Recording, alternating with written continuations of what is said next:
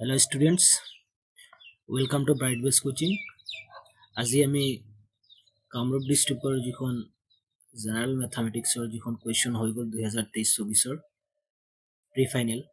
সেইখন আমি আজি সলিউশন কৰিম। তাৰ MCQ যিমান কুৱেশ্যন আছে 45 কুৱেশ্যন সেইখিনি আমি আজিৰ ভিডিঅ'টোত আলোচনা কৰিম। তাত আমি নতুন নতুন ট্ৰিক্স লগাম বা সোনকালে কেনেকৈ আমি কুৱেশ্যন কেইটা এটেম্প কৰিব পাৰি তাৰ সেইমতে আমি আলোচনা কৰিম। গতিকে তোমালোকে আৰম্ভণিৰ পৰা লাষ্টলৈকে চাই থাকিবা। বলা আমি প্ৰথম MCQ কেইটা কৰি পেলাম। আমি যোৱাকালি যিটো হোজাই ডিষ্ট্ৰিক্টৰ মেথামেটিক্সৰ কৰিছিলোঁ, আজি আমি কামৰূপৰ কৰিম। প্ৰথম প্ৰশ্নটো তোমালোকে চোৱা যে তলৰ শুদ্ধ উত্তৰবিলাক আমি বাছি ওলাব লাগে। প্ৰথম প্ৰশ্নটো হৈ গ'ল যে এটা তথ্যৰ মাধ্যম আৰু বহুলক ক্ৰমে দিয়া আছে, তেতিয়াহ'লে তথ্যখিনিৰ আমি মাধ্য ওলাব লাগে। তো তোমালোকে জানা এটা ফৰ্মুলা, কি ফৰ্মুলা আছিলে যে 3 মাধ্যমা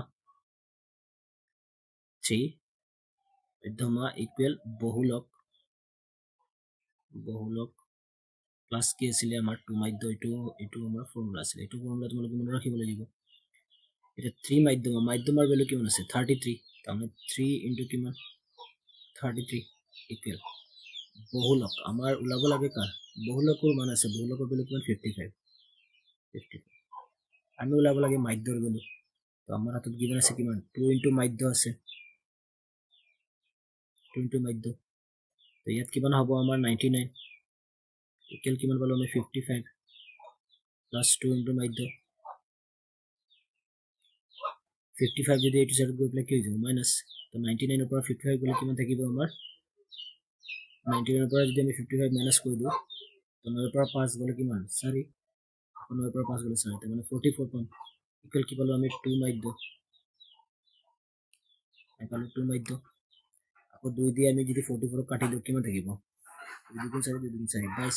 মানে মাধ্য ইকুৱেল টু কি পালো আমি 22, মাধ্য ইকুৱেল টু 22। অপশন কোনটো হবে আমাৰ এ। আই হোপ তোমালোকে প্ৰশ্নটো বুজি পাইছা। নেক্সট প্ৰশ্ন আমি কৰিম 2 নম্বৰ। এটা ঘটনা ইৰ সম্ভাৱিতা পয়েন্ট অফ ই এটা সংখ্যা হয়, যাতে তোমালোকে জানা কোনো এটা ঘটনাৰ সম্ভাৱিতা সদায় 0তকৈ ডাঙৰ বা 0ৰ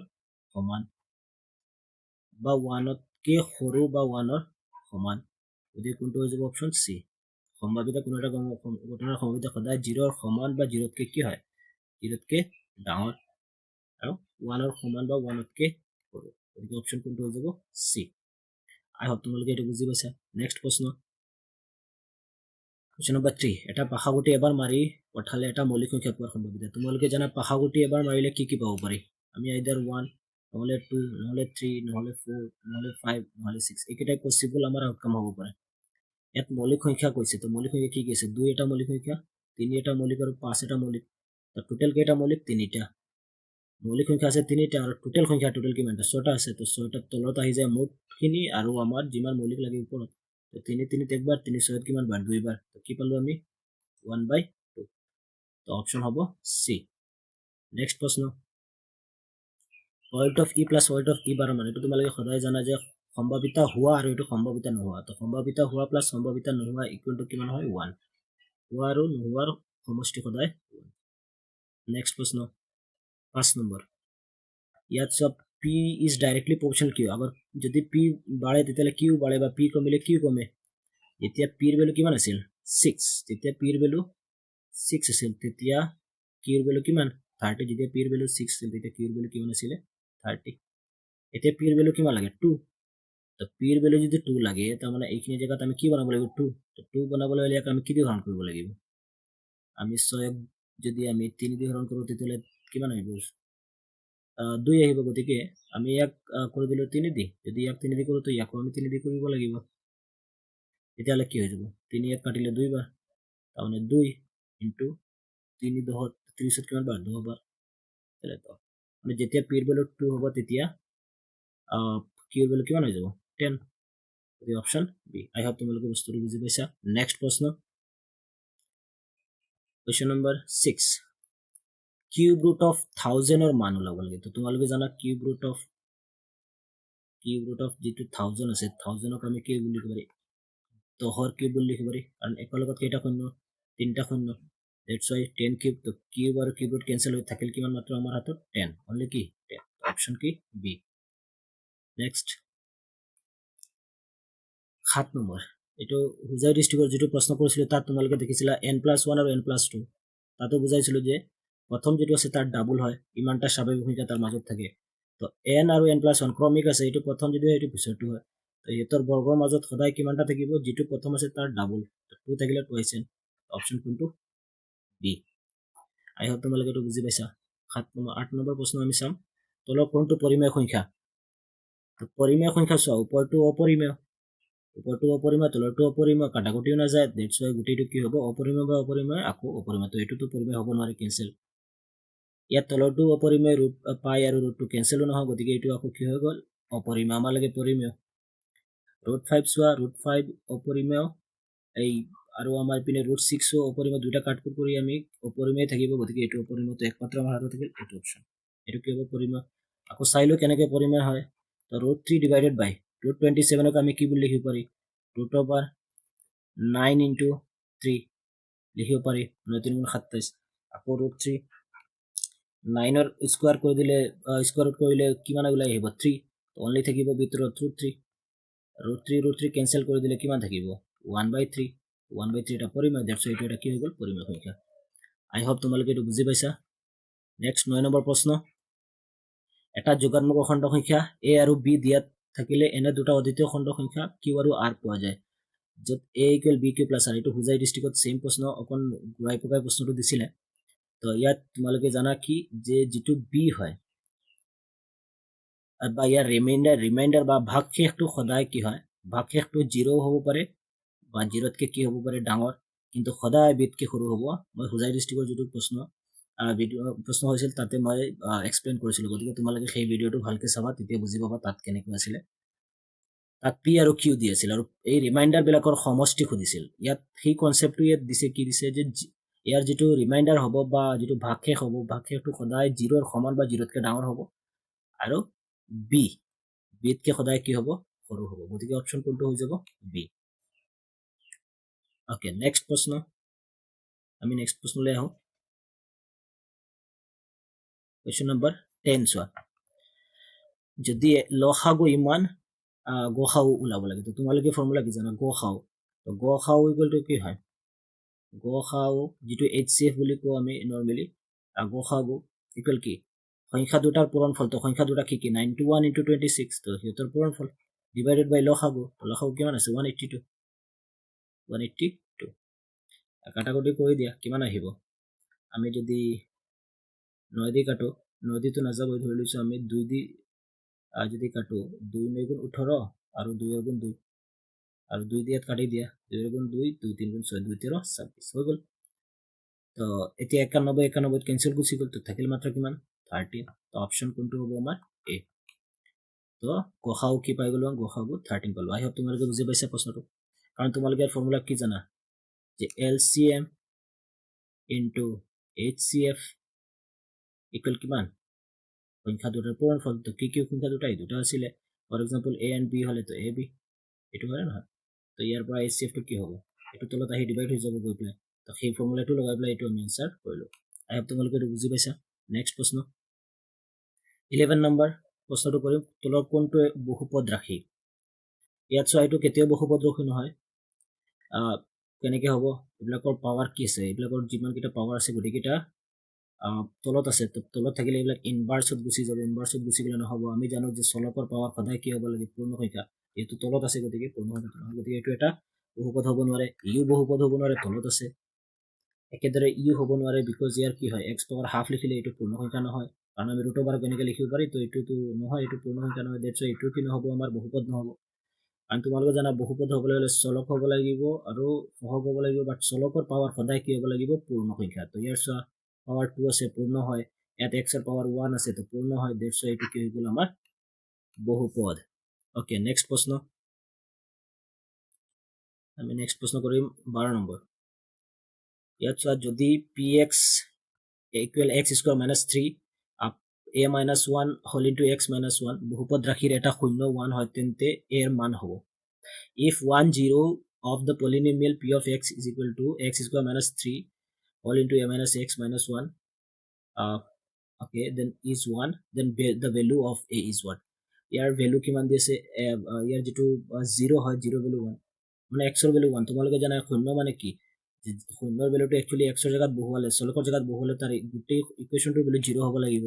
তো সেইটো আমি কৰি চাও তো আমি a of x ৰ জায়গাত কি বহুৱাম 1 তো a of 1 square minus 3 of a minus 1 into x ৰ জায়গাত কিমান আহিব 1 minus 1 equal to কিমান 0 কাৰণ গোটেইখিনি x ৰ ভ্যালু পুট আপ কৰাৰ পিছত ইকুৱেল টু কি হ'ব লাগিব আমাৰ 0 হ'ব লাগিব তাকে শূন্য বুলি কোৱা হয় এতিয়াই আছে 1 স্কয়ার মানে 1 1 into a মানে a minus 3 into 1 মানে কি 3 into a মানে minus 3a আকৌ minus 1 আছে plus 3 ৰে গুণ 3 এটোতো 1 পূৰণ হৈছে গোটেইখিনিটো পূৰণ কৰিলে সেম মাইনাস কিমান 1 এটোতো পূৰণে আছিল তো 1 into গোটেইটো সেম তো এই গোটেইখিনি কৰি দিলো ইকুৱেল টু কিমান পালো আমি 0 এতিয়া সোয়া ইয়াত আমাৰ আছে কিমান a minus 3a তো কি থাকিব minus 2a আমাৰ থাকিব minus 2a আৰু 3 ৰ পৰা 1 গলে কিমান থাকিব 2 তো কিমান আহিব আমাৰ plus 2 equal to 0 equal to কিমান হ'ব আমাৰ 0 তো minus 2a plus 2 এটো গলে minus 2 তো minus 2 কিমান বাৰ গুছি যাব একবাৰ গতিকে আনসার হ'ব 1 অপশন এ অপশন এ কি হৈ যাব আমাৰ কাৰেক্ট আনসাৰ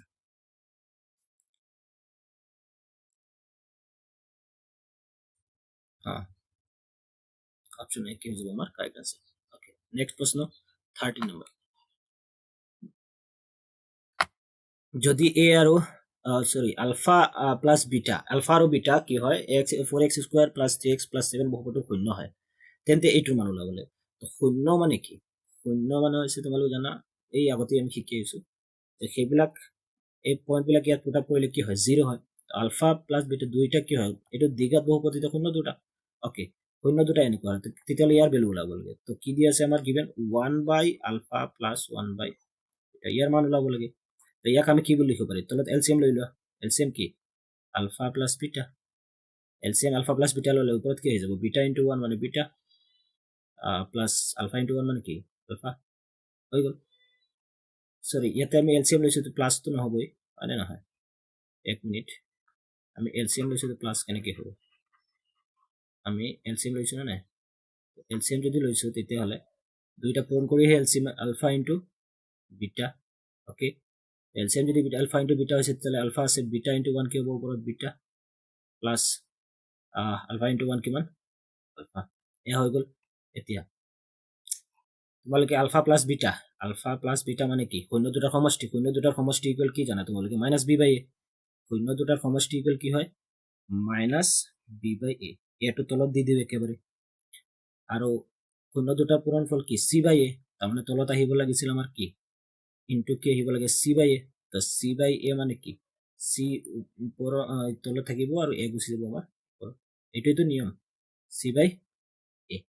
কাৰণ এইটোৰ ভ্যালু কিমান আলফা ইনটু বিটা মানে সি বাই এ তো সি বাই এ যদি তলত থাকে তো তলটো গুছি যাব ওপৰত ওপৰটো তলত এইটো আমি নিয়ম তাৰপিছত এইটো হৈ গল এতিয়া এ কি হৈ গল কেনসেল আমাৰ থাকিল কি মাইনাস বি বাই সি ওকে এতিয়া বিৰ ভ্যালু কিমান বিচাৰি লোৱা ইয়াত তো বিৰ ভ্যালু আছে 3 তাৰমানে মাইনাস বিৰ মাইনাস টু মাইনাস সি বিৰ ভ্যালু কিমান 3 ডিভাইডেড বাই সিৰ ভ্যালু কিমান 7 তো কিমান পালো আমি মাইনাস 3 বাই 7 মাইনাস 3 বাই 7 কোনটো অপশন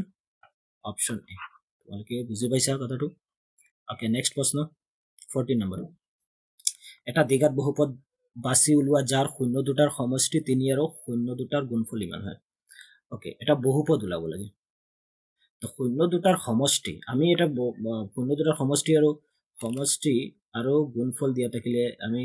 বহুপদটো উলোৱাৰ ফৰ্মুলাটো কি এটা ফৰ্মুলা বেসিক ফৰ্মুলা আছিল যে x স্কয়ার মাইনাস শূন্য দুটা যদি আলফা প্লাস বিটা হয় তেতিয়ালে alpha into x square minus alpha plus beta alpha plus beta into x plus alpha into beta এইটো ফৰ্মুলা আছিল তেতিয়ালে ইয়াত কেনেকৈ মিলিলে শূন্য দুটাৰ সমষ্টি কিমান 3 তাৰমানে আলফা প্লাস বিটা জায়গাত আহি যাব 3 তাৰমানে x স্কয়াৰ ইয়াতে মাইনাস এইটো মাইনাস আৰু ইয়াত দুটা জায়গাত কি হৈ যাব 3 into x plus alpha into বিটাৰ ভ্যালু কিমান আছে শূন্য দুটাৰ গুণফল কিমান আছে -2 তো কি হৈ যাব এতে -2 তো মাইনাস এ প্লাস এ -2 আৰু ইয়াত থাকিলে আমাৰ -3x প্লাস x স্কয়াৰ তো কি হৈ গল আমাৰ আসলতে হ'ব লাগে কোনটো ইকুৱেশন x স্কয়ার -3x 2 কোনটো option x square minus 3x minus 2 x square minus 3x minus 2 তো অপশন হবে গৈ পেলাই আমাৰ ডি অপশন হ'ব D x square minus 3x minus 2 x square minus 3x minus 2 এইটো মিলিলে গতিকে দ্যাটস আনসাৰটো কি হ'ব ডি আই হোপ তোমালোকে প্ৰশ্নটো বুজি পাইছা ওকে নেক্সট প্ৰশ্ন 15 5x plus 3y equal 5 আৰু 4x plus ky equal to 10 ৰৈখিক সমীকৰণ 0 ৰ অসীম সংখ্যক সমাধান থাকিব অসীম সংখ্যক সমাধান কেতিয়া হয় যেতিয়া a1 by a2 equal b1 by b2 equal c1 by c2 হয় ঠিক আছে আমি যিকোনো দুটা লৈ এই দুটা লৈ পেলাই কনসিডাৰ কৰো a1 ৰ ভ্যালু কিমান 2 a1 ৰ ভ্যালু কিমান হয় a1 ৰ ভ্যালু আমাৰ 2 তাৰপিছত a2 ৰ ভ্যালু কিমান 4 2 by 4 equal b1 ৰ ভ্যালু কিমান 3 আৰু b2 ৰ ভ্যালু কিমান আছে আমাৰ k ওকে তো এইখিনি কৰিলে হৈ যায় 2 2 কিমান একবাৰ 2 2 গুণ কিমান 4 তো ক্ৰস প্ৰডাক্ট কৰি দিয়া এতিয়া k into 1 হৈ গল k আৰু 2 পূৰণ 3 কিমান 6 2 গুণ 6 তাৰ মানে k equal 6 হলেহে কি হ'ব অসীম সংখ্যক সমাধান থাকিব দ্যাটস আমাৰ অপচন কোনটো হৈ যাব সি আই হোপ তোমালোকে বুজি পাইছা প্ৰশ্নটো নেক্সট প্ৰশ্নটো আমি গুছি যাও কোৱেশ্চন নম্বৰ 16 যদি x আৰু y বাস্তৱ সংখ্যা x plus y equal 5 সমীকৰণটোৰ সমাধানৰ সংখ্যা কিমান হ'ব তোমালোকে জানা এইবিলাক এটা আমি ইয়া কেনেকৈ লিখিব পাৰি x equal 5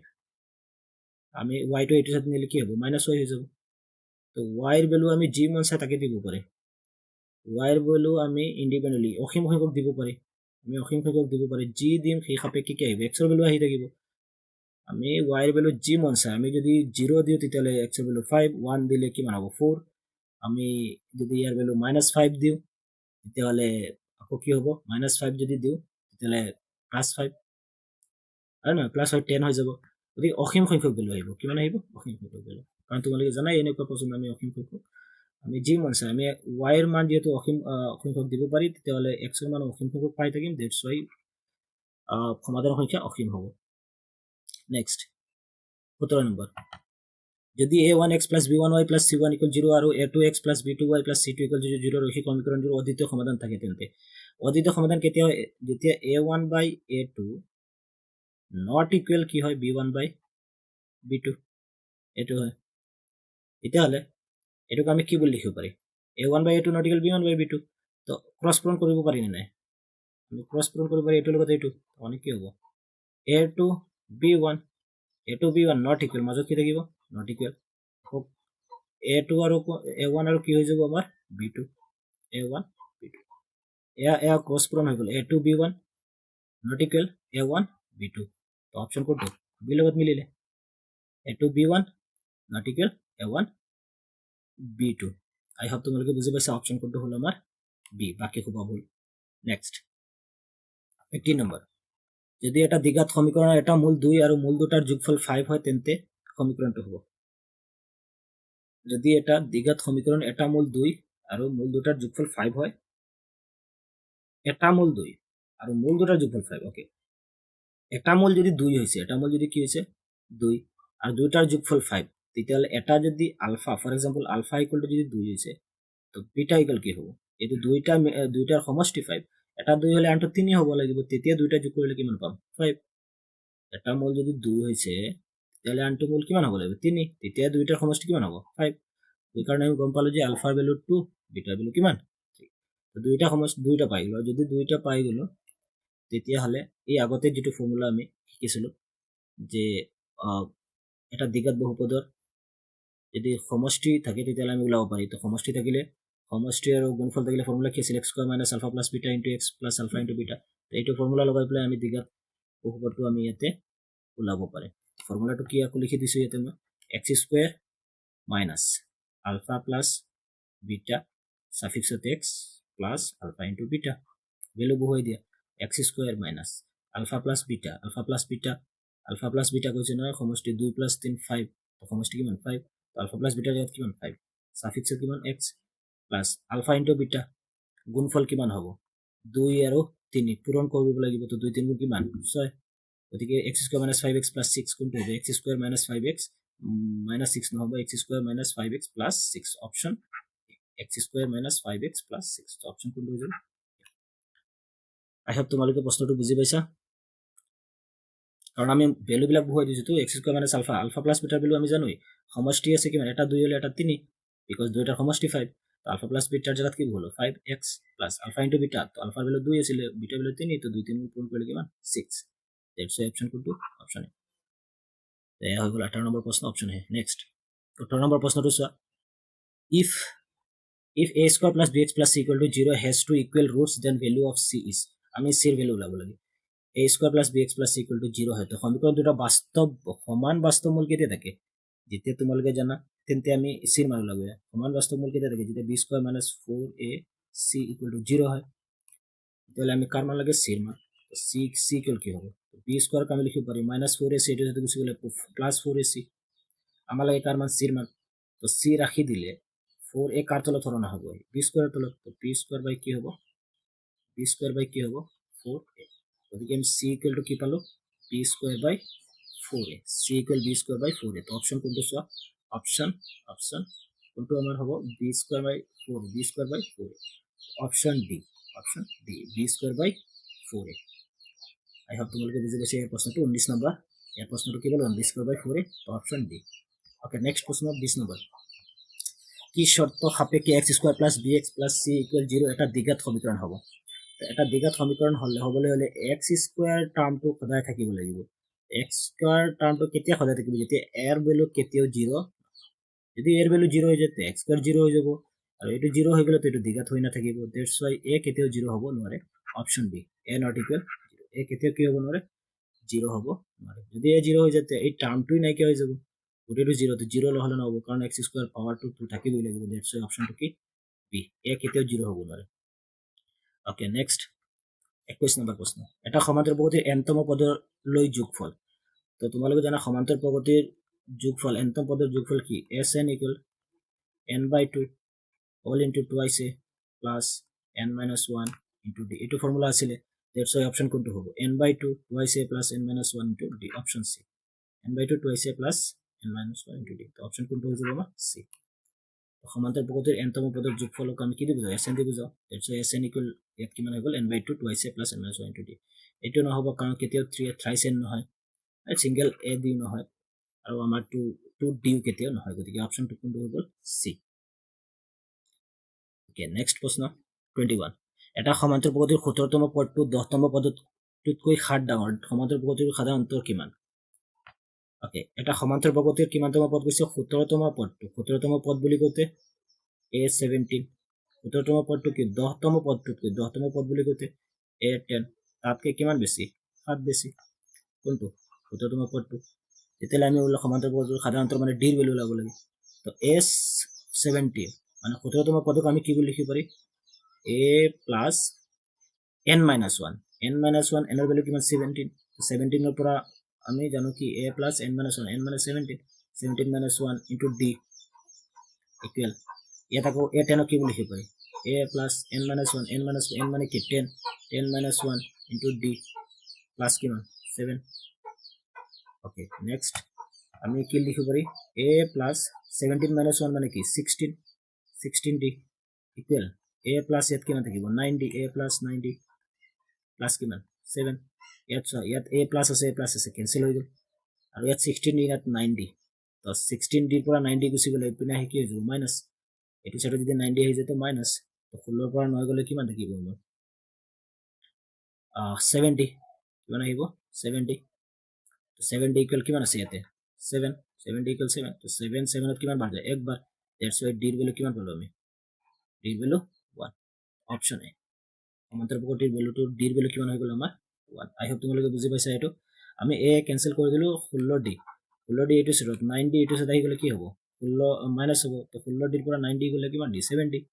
আৰু ইয়াত কি থাকিলে অনলি 7 7 7 ত কিমান বাৰ গল একবাৰ তো d ইকুয়াল কিমান পালো 7 সাধাৰণত কিমান পালো 1 সরি d ইকুয়াল কিমান পালো আমি 1 তো A option A okay next প্রশ্ন 23 নম্বর যদি এ বি সি সদৃশ আর কিউ পি হয় আৰু এঙ্গেল এ 80 এঙ্গেল বি 60 তেন্তে এঙ্গেল পি ৰ মান হ'ব ওকে ইয়াত তোমালোকে চোৱা আমি জানো সদৃশ ত্ৰিভুজত কি হয় অনুৰূপ কোণবিলাক সমান তো এঙ্গেল এ ৰ সৈতে কোণ সমান আৰ এঙ্গেল বি ৰ সৈতে কোণ সমান হ'ব কিউ যদি এইটো হয় তো এংগেল এৰ ভ্যালু কিমান 80 যদি 80 হয় তো এইটো কিমান হৈ গ'ল 80 এংগেল কিউ কিমান হ'ব এংগেল বি যিমান হয় তো এংগেল বি যদি 60 আছিল তেতিয়াহ'লে এংগেল কিউ কিমান 60 আৰু আমি জানো এটা ত্ৰিভুজৰ তিনিটা কোণৰ সমষ্টি কিমান 180 ডিগ্ৰী তো r ৰ ভ্যালু 80 কিউৰ ভ্যালু কিমান আছিল 60 তো 140 পাই গলো আমি কিমান পালো 140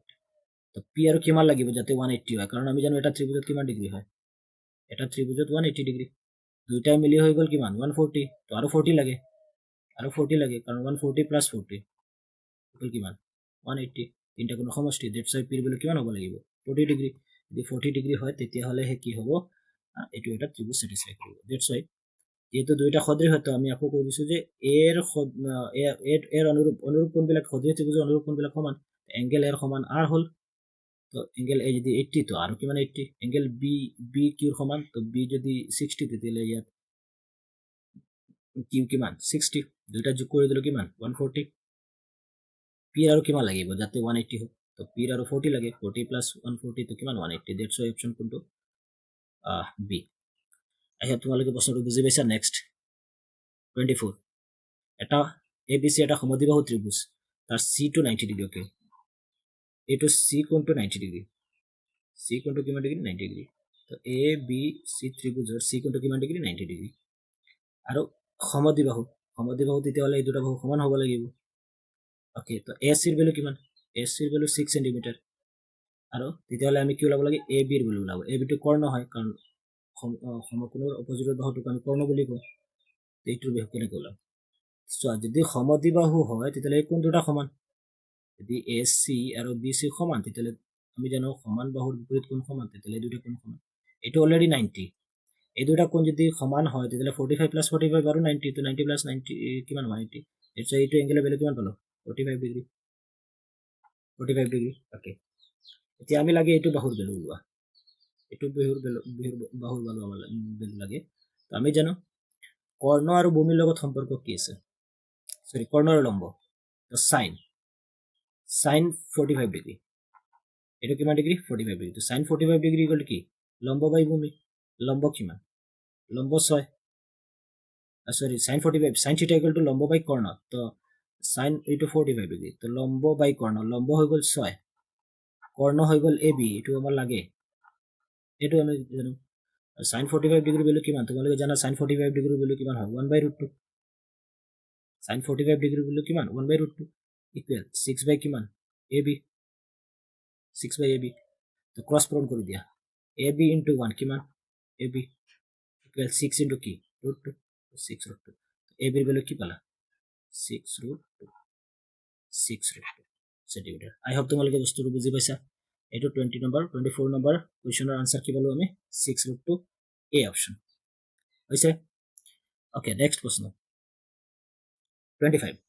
if ABC এটো দিয়া আছে if AB by QR equal BC by RP equal CA by PQ of triangles ABC and PQR then আমি দেখাব লাগে এটো কি হয় কোন দুটা ত্রিভুজ সদৃশ হবে তো ইয়াত যদি ত্রিভুজ ABC আৰু PQR ত্ৰিভুজত AB বাহুৰ সমান কোণ কি এইবিলাক কেনেকৈ চাই যদি কমন থাকিলে হয় তেতিয়ালে কমন কাটি পেলাই আমি পালো যদি যিকোনো দুটা থাকিলে ইয়াত তো তিনটা বস্তু আছে তেতিয়া আমি কমন সেই লজিকটো লগাব নোৱাৰি কাৰণ হোজাই ডিস্ট্ৰিক্টৰ যিখন কোৱেশ্চনত আছিল তাত মাত্ৰ দুটা আছিল হয় নহয় তাত আমি কমনটো কাটি পেলাই আমি আনকমন কেইটা লৈছিলো পিছত কমন দুইটা কি হৈছিল আকৌ অপোজিট হৈ গৈছিল তাৰ ভিতৰত আমি মিলাইছিলো বাট ইয়াত তিনটা আছে তো ইয়াৰ নিয়মটো বেলেগ ইয়াত A to B AB আমাৰ দুটা ত্ৰিভুজ আছে এটা আছে ABC আৰু PQ আৰু তো A to কলৈকে B গৈ আছে B তো বিচৰা এৰ পৰা B লৈকে গৈছে এৰ পৰা B লৈকে গৈছে আৰু বেলেগটো কিউৰ পৰা R লৈকে A to B A2 যদি এৰ পৰা B হৈছে তেতিয়ালে যাব লাগে কিউৰ পৰা R তো কিউৰ পৰা R গৈছে নেকি নাই যোৱা তো ক্যান্সেল এটা কি হৈ গল ক্যান্সেল এৰ পৰা B লৈকে যদি গৈছে তেতিয়ালে কাৰ পৰা যাব লাগিব কিউৰ পৰা R লৈ তো কিউৰ পৰা R লৈ গৈছে নাই যোৱা পিৰ পৰা এৰ পৰা B তো ইয়াৰ পৰা যাব লাগিছিল কিউৰ পৰা R এটো নাই ক্যান্সেল নেক্সট দুই নম্বৰটো অপশনটো চাও A to B তো ইয়াত চোৱা এৰ পৰা কি লৈকে B এৰ পৰা B লৈকে গৈছে আৰু পিছতো গৈছে কিউৰ পৰা R সেকেন্ড টু লাস্টৰ দুটা A to B আৰু ইয়াত লাস্টৰ দুটা Q to R মিলিছে নাই A to B Q to R A to B লাস্টৰ দুটা Q to R মিলিছে এটো মিলি গল নেক্সট চোৱা এটা মিলিলে নেক্সট বি টু চি যদি বিৰ পৰা চি হয় তেতিয়াহ'লে আৰ টু পি হ'ব চোৱা বি এনেকৈ উল্টা হ'ল বি টু চি যেতিয়া বি টু চি তেতিয়াহ'লে কি হ'ব লাগে লাষ্টৰ পৰা প্ৰথম বি টু চি তেতিয়াহ'লে হ'ব লাগে বি টু চি হ'লে আৰ টু পি আৰ ক'ত আছে এইটো ইয়াৰ পৰা গৈছিল তো এইটো আৰ টু পি মিলি আছে আৰ টু এইটো উল্টা বিৰ পৰা চি লৈকে তো আৰ টু মিলি আছে নেক্সট চাই লোৱা চি টু এ চি টু এ এয়া হ'ল চি টু এ যদি চি টু এ আৰম্ভণিটো আৰু ছেকেণ্ডটো চি টু এ হ'লে কি হয় P to Q C to আৰম্ভণিটো পৰা পিছৰটো আৰম্ভণিৰ পৰা পি টু কিউ মিলিছে নাই চি এ পি কিউ গতিকে তিনিটা কণ্ডিশ্যন ছেটিছফাই কৰিছে কোনটো অপশ্যনে বি অপশ্যন বি হ'ব গৈ পেলাই আমাৰ ইয়াৰ আনচাৰ 25ৰ প্ৰশ্নৰ আনচাৰ কি পালো আমি অপশ্যন বি আই হোপ তোমালোকে প্ৰশ্নটো বুজি পাইছা নেক্সট 26 প্ৰশ্নটো চোৱা if the midpoint of the line segment joining the midpoint points 8,5 and -2,3 is a upon 2,4 then the value of a is okay আমি a এর ভ্যালু লাভ লাগে তো এটা কমন প্ৰশ্ন মানে এইটো আমি হুজাই ডিস্ট্ৰিক্টৰ প্ৰশ্নটো পাইছিলো 8,5 -2,3 বিন্দু সংযোগী ৰেখাখণ্ডৰ মধ্যবিন্দু এইটো আছে তো মধ্যবিন্দু ফৰ্মুলা মই তোমালোকক সেই ভিডিওটো লিখাইছিলো x1 + x2 divided by 2 comma y1 + y2 divided by 2 প্ৰথমটো কাৰ লগত মিলিব প্ৰথমটোৰ লগত পিছৰটো কাৰ লগত পিছৰটোৰ লগত y ভ্যালু ইয়াত আমাৰ খালি যেহেতু a এৰ ভ্যালু লাগে গতিকে x1 + x2 x1 মানে কি প্ৰথমটো x1 এটা হৈ গ'ল x2 x1 হৈ গ'ল 8 x2 কিমান x1 + x2 হৈছে -2 divided by 2 ইয়াৰ কাম আৰু এইটো কাৰ লগত মিলে প্ৰথমটো কি a/2 হৈ গ'ল আমি পালো কিমান 8 আৰু ইয়াত পালো -2 আৰু ইয়াত পালো আমি কি a/2 2 টো তলে তলে কেনসেল হৈ গ'ল ইয়াত থাকিল কিমান আমাৰ 8 + -2 তো প্লাস মানে মাইনাস 8 মাইনাস কিমান 2 ইকুয়াল কিমান a 8 ৰ পৰা 2 গলে কিমান 6 তো a ইকুয়াল কিমান পালো আমি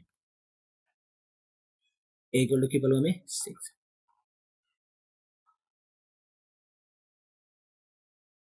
a ইকুয়াল কি পালো আমি 6 আই হোপ তোমালোকে প্ৰশ্নটো বুজি পাইছা নেক্সট প্ৰশ্ন এটো কিমানৰ পৰা ললো আমি 26 ৰ a পালো আমি হয়নে a এৰ ভ্যালু 6 নেক্সট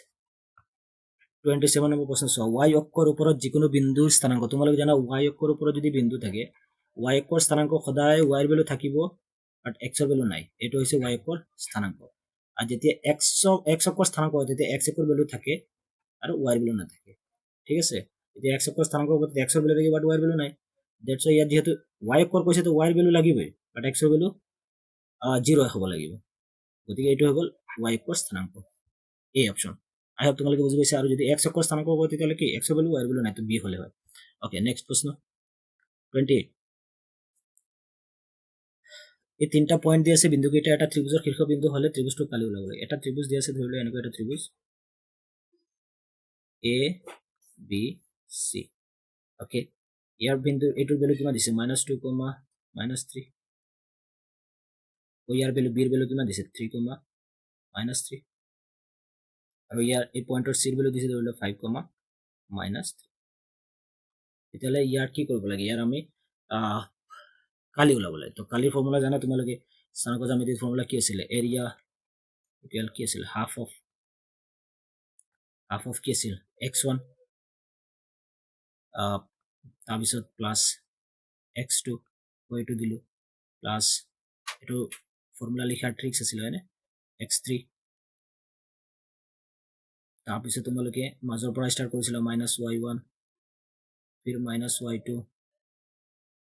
তাৰপিছত -y3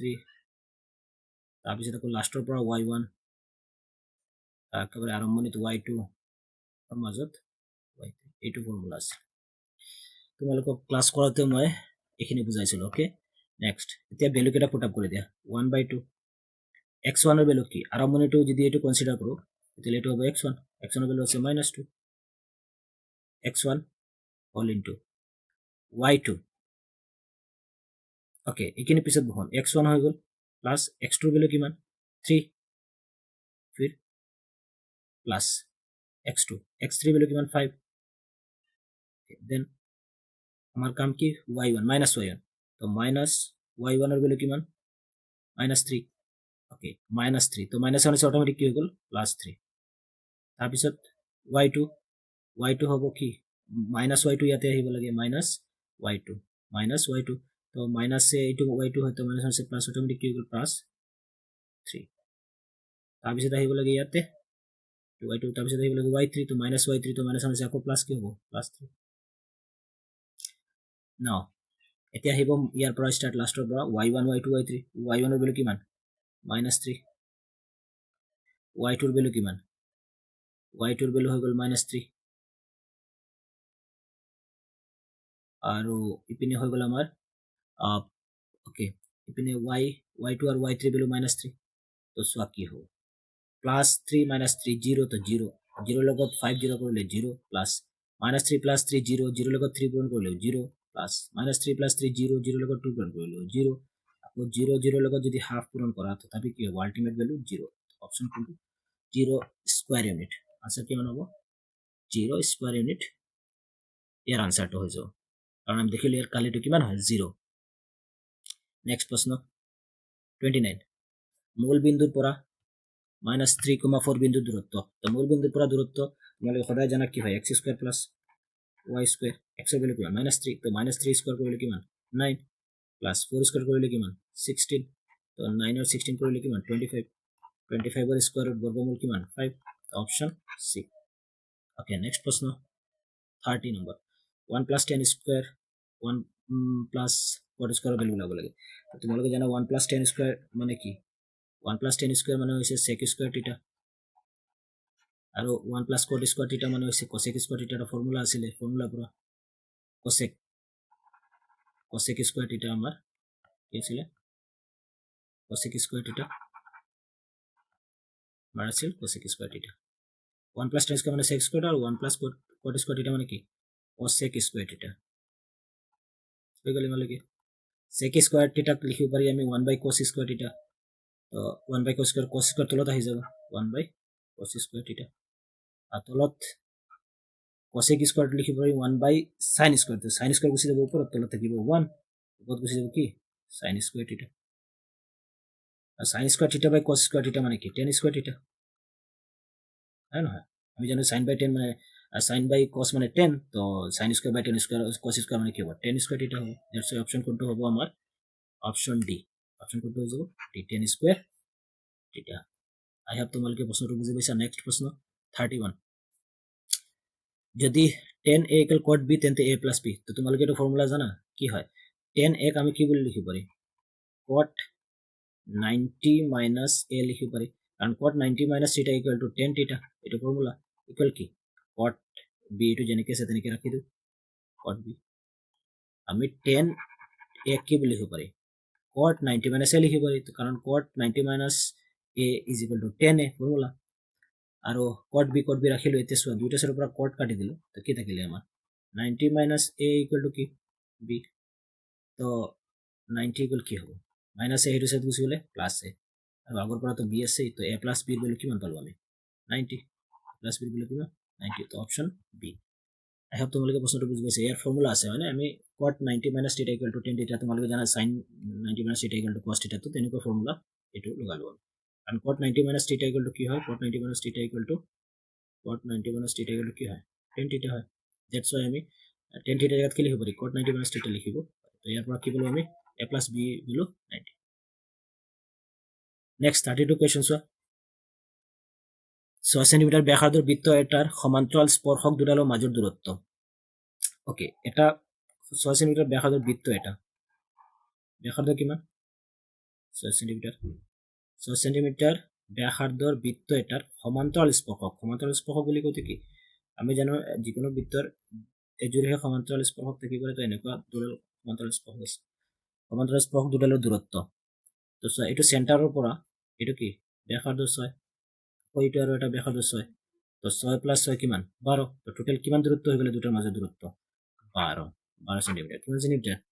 12 সেন্টিমিটাৰ আই হোপ তোমালোকে বুজি পাইছা কাৰণ ইয়াৰ পৰা এইটো এটা ব্যাসাৰ্ধ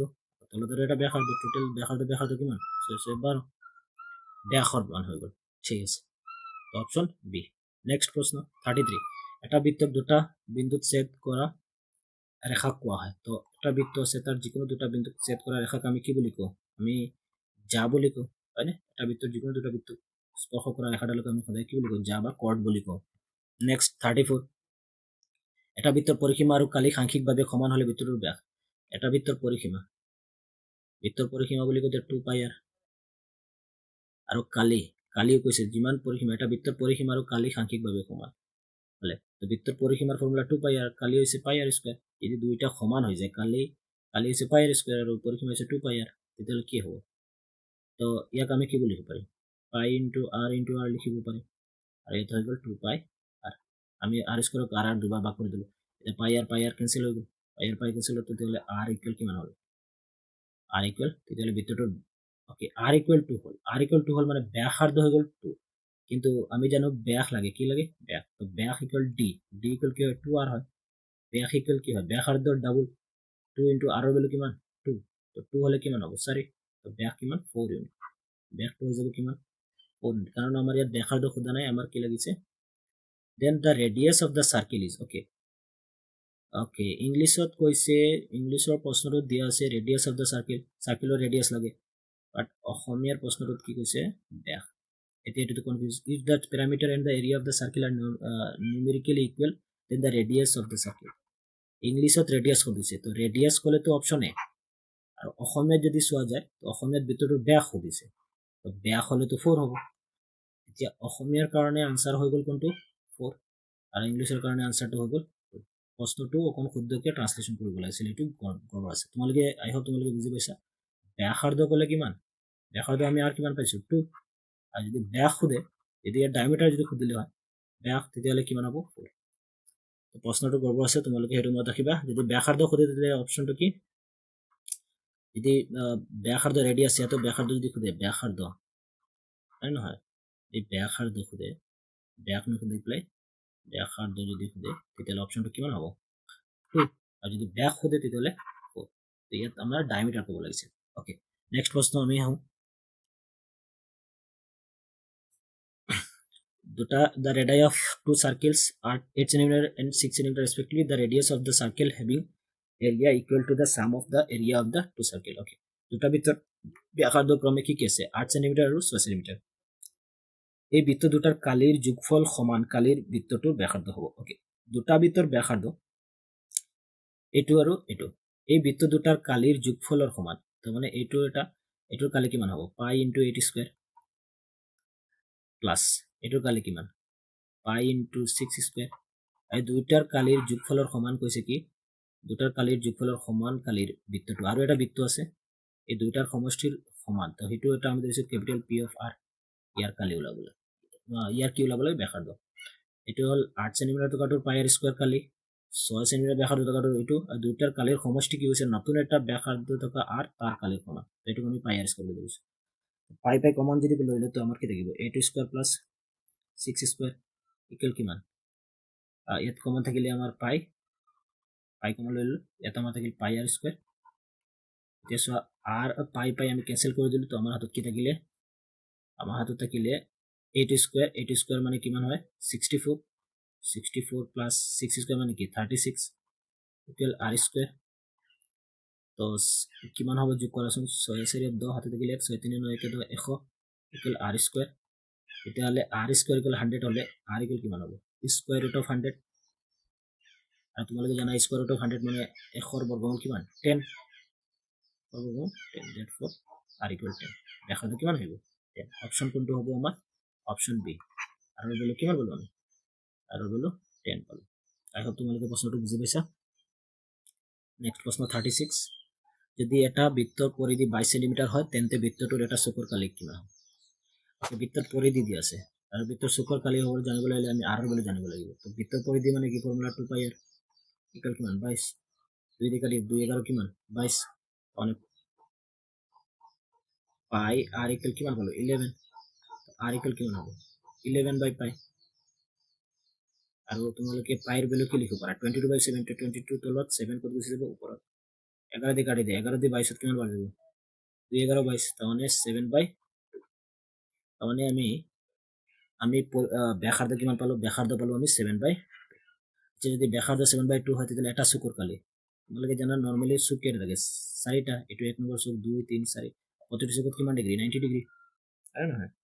এইটো চুকৰ 90 ডিগ্ৰী তেতিয়াহ'লে থিটাৰ ভেলু কিমান এটা চুকৰ কালি যদি ওলাব বিচাৰো আমি তেতিয়াহ'লে 90 ডিগ্ৰী ডিভাইড বাই 360 থিটা বাই 360 তোমালোকে জানা ইনটু পাই আৰ স্কয়াৰ পাইৰ ভেলু কিমান 22/7 আৰ স্কয়াৰ আৰ ভেলু কিমান পাইছো 7/2 তাহলে 7/2 ইনটু 7/2 ওকে 0 0 0 0 প্রথম ক্যান্সেল করে দিয়া 9 9 একবার 9 36 কিমান বার 4 বার ওকে তাৰপিছত এই খাত কাটি দিয়া ওকে 2 দি 22 কাটি 2 11 কিমান 22 হৈ গ'ল ইমানলৈকে আৰু 11 লগত 7 পূৰণ কৰা 7 11 কিমান 77 আৰু 4 দুগুণ কিমান 8 তো 77/8 77/8 কোনটো অপশন অপশন এ 77/8 কোনটো অপশন পালা তোমালোকে 77/8 কাৰণ তলৰ দুটা পূৰণ কৰিব পাৰব 8 আৰু ওপৰত 7 আৰু 11 আছিল আমাৰ 7 11 কিমান তো 77/8 তো 36 নম্বৰ প্ৰশ্নৰ আনসাৰ কি পালো আমি এ ওকে নেক্সট 37 6 সেন্টিমিটাৰ বাহু বিশিষ্ট বৰ্গ এটাৰ বাহু কেইটাক স্পৰ্শ কৰাকৈ আঁকিব পৰা বৃত্তটোৰ কালি ওলাব লাগে 6 সেন্টিমিটাৰ বাহু বিশিষ্ট বৰ্গ এটা এবাৰ কিমান ওলাব হয় সব 6 সেন্টিমিটাৰ বৰ্গ এটাৰ বাহু কেইটাক স্পৰ্শ কৰাকৈ আঁকিব পৰা বৃত্তটো যদি আমি এনেকৈ এটা বৃত্ত আঁকো যেটো ইয়াৰ ভিতৰতে এডজাস্ট কৰিব লগা হয় তেতিয়াহ'লে চিন্তা কৰা এৰ গোটেই ব্যাসটো কিমান ব্যাস 6 হ'ব কাৰণ এইটো আৰু এইটো সমান ব্যাস 6 হলে ব্যাসার্ধ কিমান ব্যাসার্ধ কিমান হ'ব 3 হ'ব যদি গোটেইটো ব্যাস 6 হয় তো ব্যাসার্ধ কিমান 3 তো ইয়াৰ কি লাগে বৃত্তটোৰ কালি তো ব্যাসার্ধ 3 মানে r = 3 পালো যদি ব্যাসার্ধ 3 হয় তেতিয়াহ'লে কালি কিমান পাই r স্কয়ার আমি জানো পাই r স্কয়ার হয় কালি আছে পাই r স্কয়ার তো পাই ইনটু r এর ভ্যালু কিমান r এর ভ্যালু 3 তো পাই ইনটু 3 স্কয়ার 3 স্কয়ার মানে কি 9 9 ইনটু পাই তো 9 পাই 9 পাই সেন্টিমিটার স্কয়ার অপশন কোনটো অপশন ডি 9 পাই সেন্টিমিটার স্কয়ার আই হোপ তোমালোকে প্ৰশ্নটো বুজি পাইছা নেক্সট প্ৰশ্ন 38 এটা বৃত্তৰ পৰিধি তাৰ ব্যাসৰ কিমান গুণ ডাঙৰ তো তোমালোকে জানা এটা বৃত্তৰ পৰিধি আমি কি বুলি লিখো 2 পাই r এটা বৃত্তৰ পৰিধি তাৰ ব্যাসৰ কিমান গুণ ওকে এটা বৃত্তৰ পৰিধি তাৰ ব্যাসৰ কিমান গুণ সেইটো কৈছে আমি নৰমালি জানো বৃত্তৰ পৰিধি কিমান 2 পাই r আৰু 2 পাই r ত 2 and r মানে কি ব্যাস 2 and r মানে কি ব্যাস তাহলে 2r মানে কি হৈছে ব্যাস 2r into পাই হয় না নহয় 2 পাই r আকৌ আমি 2r পাই বুলি লিখিব পাৰি তো 2r মানে ব্যাস তো ব্যাস মানে d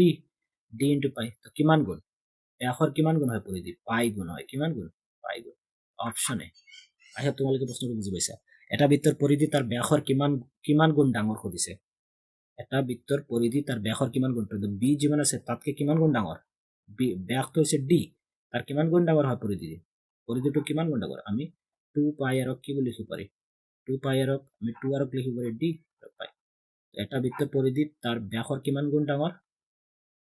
পৰিধি পাই গুণ ডাঙৰ ঠিক আছে তো অপশন এ আই হোপ তোমালোকে বুজি পাইছা বিকজ 2r মানে কি ব্যাসাৰ্ধৰ ডাবল মানে কি ব্যাসতকে কিমান ডাঙৰ পৰিধিটো পাই গুণ ডাঙৰ দ্যাটস ওয়াই পাই অপশন 38 ৰ এ পালো আমি আনসার নেক্সট প্রশ্ন 39 প্রথম n সংখ্যক স্বাভাবিক সংখ্যার মধ্য হল মাধ্য তোমালোকে জানা ফর এক্সাম্পল স্বাভাবিক সংখ্যা আমি 2 3টা মান ধরো 1 2 3 এগুলা কি স্বাভাবিক সংখ্যা হয় 1 2 3 স্বাভাবিক সংখ্যা এর মাধ্য এই তিনটা যদি হয় তো মাধ্য কিমান হবে টোটাল কেইটা তিনটা তলত আহি যায়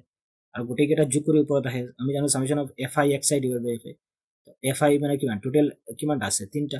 আৰু গোটেই কেইটা যোগ কৰিব লাগে 3 দিয়ে 5 কে 6 1 3 দিয়ে 6 রে কাটা কিমান 2 তার মানে মাধ্য কিমান 2 মানে এই তিনটার মাধ্য কিমান আহিল 2 তো সেম ফর্মুলাটো ইয়াত লগাই দিয়া টোটাল কিমানটা আছে তিনিটা তো এনৰ জায়গাত কিমান 3 প্লাস 1 ডিভাইড বাই 2 কিমান আহিল 4 আৰু সৰি ইয়াতে আমি কিমান পালো 3 + 1 4 আৰু ডিভাইড বাই কিমান 2 তো 2 দিয়ে কাটি দিলে কিমান 2 এই অপশন কোনটো মিলিয়ন আমি নরমালি যেটো পাও এটো 2 আৰু এটা ফৰ্মুলা লগালে 2 বাকি ফৰ্মুলা লগাব নোৱাৰি এটো ফৰ্মুলা যদি আমি লগাও তো টোটাল আছে কিমানটা আমাৰ তিনিটা তো এনৰ জায়গাত 3 এনৰ জায়গাত 3 আৰু ইয়াত 3 + 1 তো 4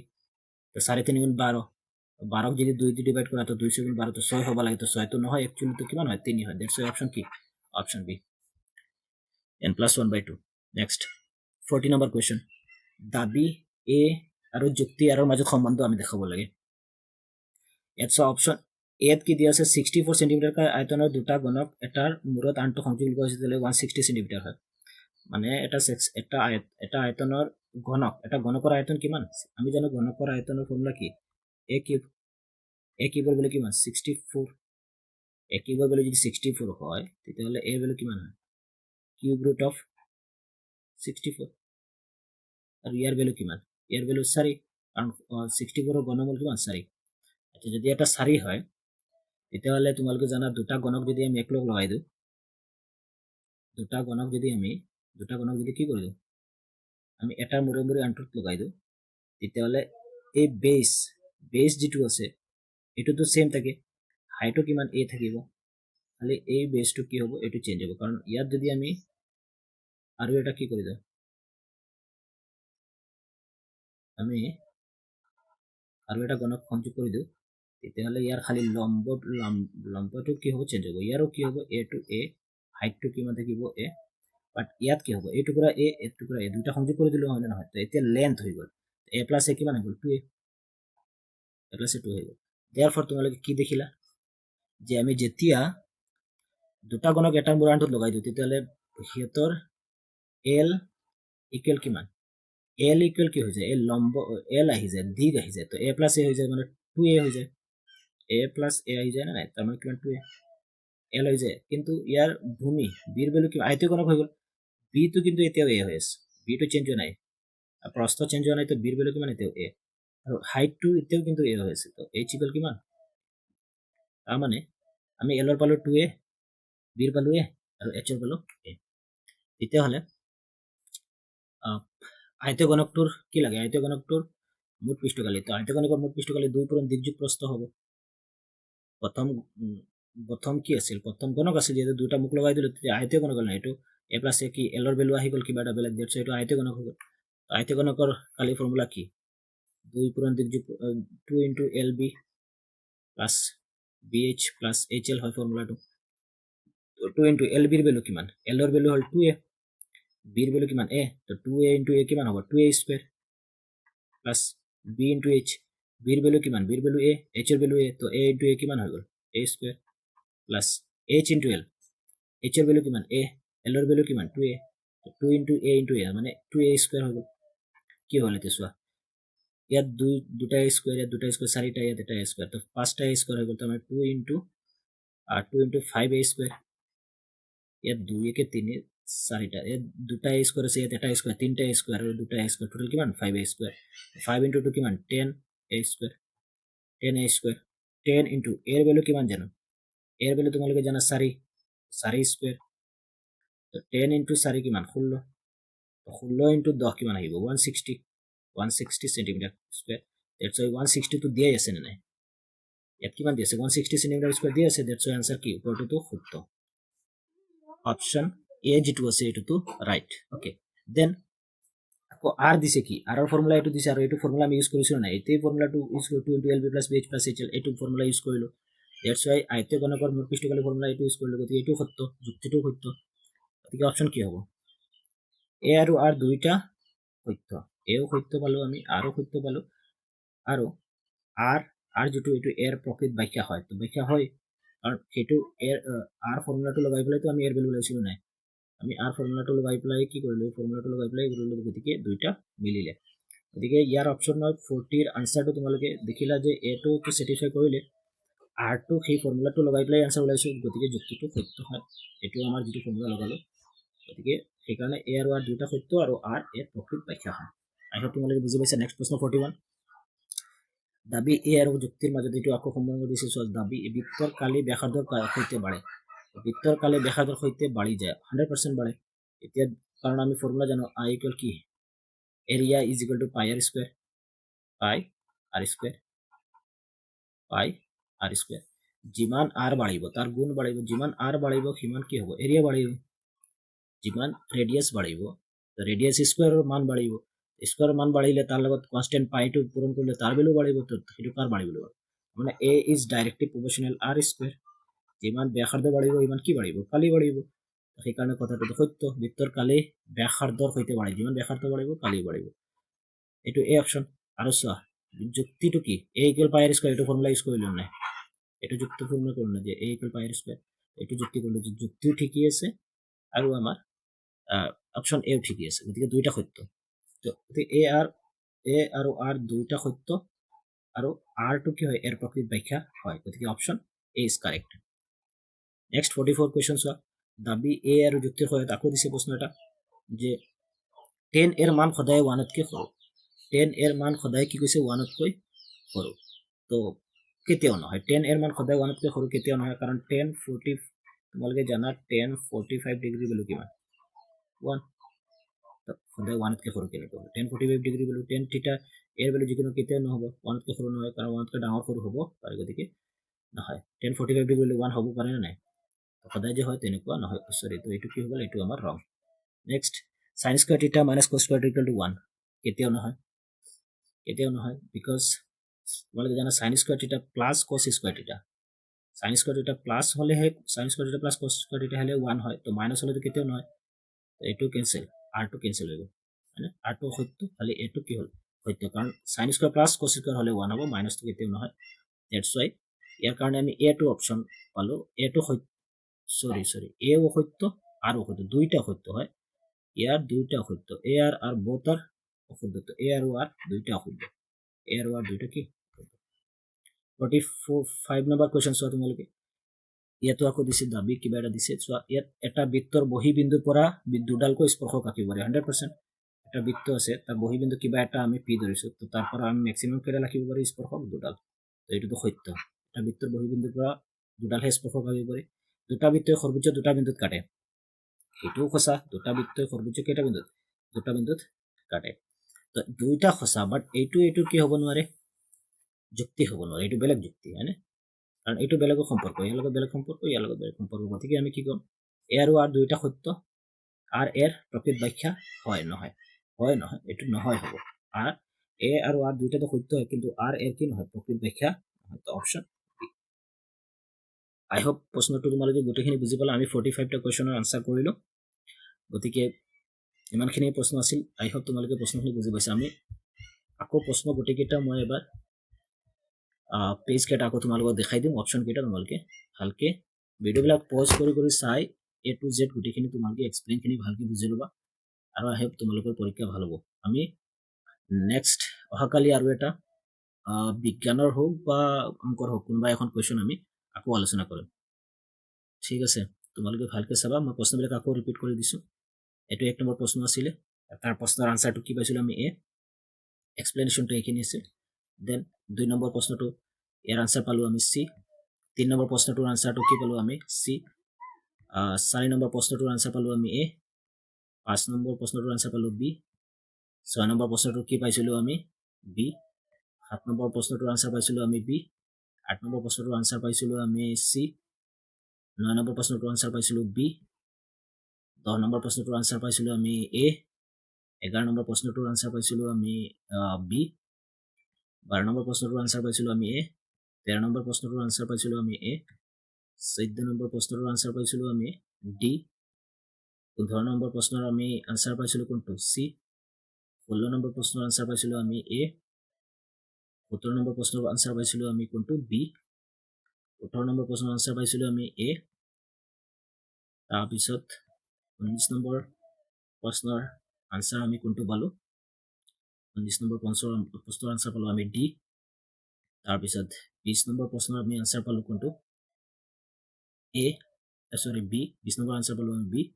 21 প্ৰশ্নৰ আনসাৰ পালোঁ আমি সি 22টো পালোঁ আমি এ ইয়াৰ এক্সপ্লেনেশ্যন এইখিনি আছিলে 22ৰ আনসাৰটো ওকে 23 পালোঁ আমি বি 23 বি পালোঁ 24 পালোঁ আমি এ 24 নম্বৰ প্ৰশ্ন কি পালোঁ আনসাৰ এ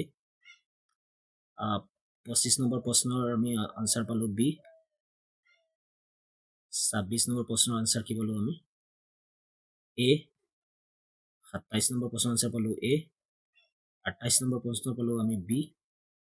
29 নম্বৰ প্ৰশ্ন পালোঁ আমি সি 30 পালোঁ আমি ডি 31 পালোঁ কোনটো 31 পালোঁ বি ওকে 32 পালোঁ আমি সি 33 পালোঁ আমি বি 34 পালোঁ আমি সি সৰি আমি 34 কোনটো পাইছিলোঁ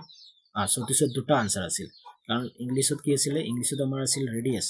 যদি ৰেডিয়াছ সোধে বা ইয়াত যদি ব্যাসাৰ্ধ হ'লে তেতিয়াহ'লে 2 হ'ব আনসাৰ কাৰণ আমি ডি আৰ বুলি 2 পাইছিলোঁ যদি ব্যাস সোধে ইয়াত অসমীয়াত ব্যাস আছে তেতিয়াহ'লে 4 এইটো তোমালোকে বুজি পাইছিলা মই যেতিয়া বুজাইছিলোঁ এক্সপ্লেইন কৰিছিলোঁ ওকে নেক্সট 35 পালা 10 বি 36 এইখিনি এক্সপ্লেনেশ্যন আছিল আমাৰ 36ত কি পাইছিলোঁ আমি এইখিনি এক্সপ্লেনেশ্যন আছিলে আৰু তাতে আমি কি পাইছিলোঁ a 77/8 আৰু 37ত পাইছিলোঁ আমি d এক্সপ্লেনেশ্যন এইখিনি আছিলে 38ত a 39ত b অ'কে 40ত পাইছিলোঁ আমি অ'কে ইয়াতে 39 40ত কিমান পালোঁ আমি ওপৰটো সঁচা হৈছিলে পিছতো হৈছিল গতিকে এইখিনি এক্সপ্লেনেশ্যন আছিলে 160 পাইছিলোঁ গৈ পেলাই আমি গতিকে এইটো সঁচা আছিল গতিকে এ আৰু আৰ দুইটা সত্য আছিল আৰু আৰ এ সঠিক ব্যাখ্যা আছিল তো অপশ্যন এ আছিলে 41ৰ আছিলে আমাৰ বৃত্তৰ কালি বিষাণটোৰ সৈতে বাঢ়ি যায় a = পাই r স্কুৱেৰ তো গতিকে ইয়াৰ এ আৰু আৰ দুইটা সত্য আৰু প্ৰথমটো ব্যাখ্যা আছিলে তো গতিকে ইয়াৰ অপশ্যন পালোঁ এ 44ৰ কি পালোঁ আমি 44ৰ পাইছিলোঁ আমি দুইটা সত্য হয়নে দুইটা সত্য আছিলে গতিকে এ আৰু আৰ দুইটা সত্য 45ত আছিলে 45ৰ প্ৰশ্নৰ প্ৰথমটো শুদ্ধ পিছৰটো শুদ্ধ কিন্তু প্ৰথমটো পিছৰটো সঠিক ব্যাখ্যা নহয় গতিকে এইখিনি আছে আই হোপ তোমালোকে এইখিনি ধুনীয়াকৈ বুজি পাইছা থেংক ইউ ছ' মাছ ভিডিঅ'টো চোৱাৰ কাৰণে